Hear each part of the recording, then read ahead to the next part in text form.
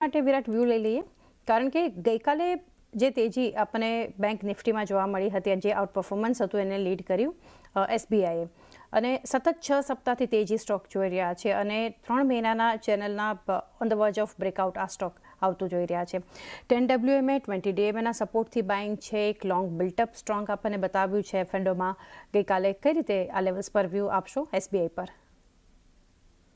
જેવી રીતે તમે કહ્યું કે એસબીઆઈ છેલ્લા ઘણા સમયથી આપણને એક પ્રેશર સાથે કામકાજ થતું જોવા મળ્યું હતું. આપણે જોયું હતું કે ફેબ્રુઆરીમાં આપણને હાઈ બનતા જોવા મળ્યા હતા 1235 ની આસપાસ. ત્યાંથી આપણે કન્ટિન્યુઅસલી લોઅર હાઈ લોઅર લો ફોર્મેશન ફોર્મ થતી જોવા મળી હતી.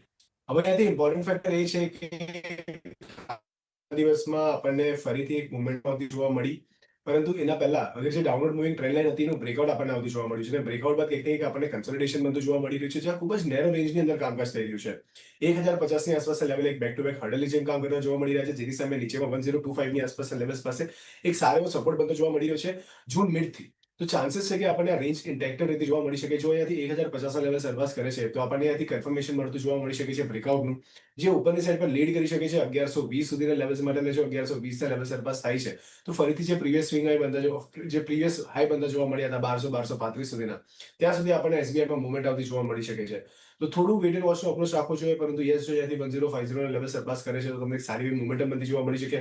1020 નો સ્ટોપ લોસ તમે ધ્યાનમાં રાખી શકો છો. ઉપરમાં તમને 1100 1120 એની ઉપર 1230 સુધીના લેવલ્સ પણ આવતા જોવા મળી શકે છે. 1100 1120 1230 આ ટાર્ગેટ ધ્યાનમાં રાખી શકો છો એસબીઆઈ માટે.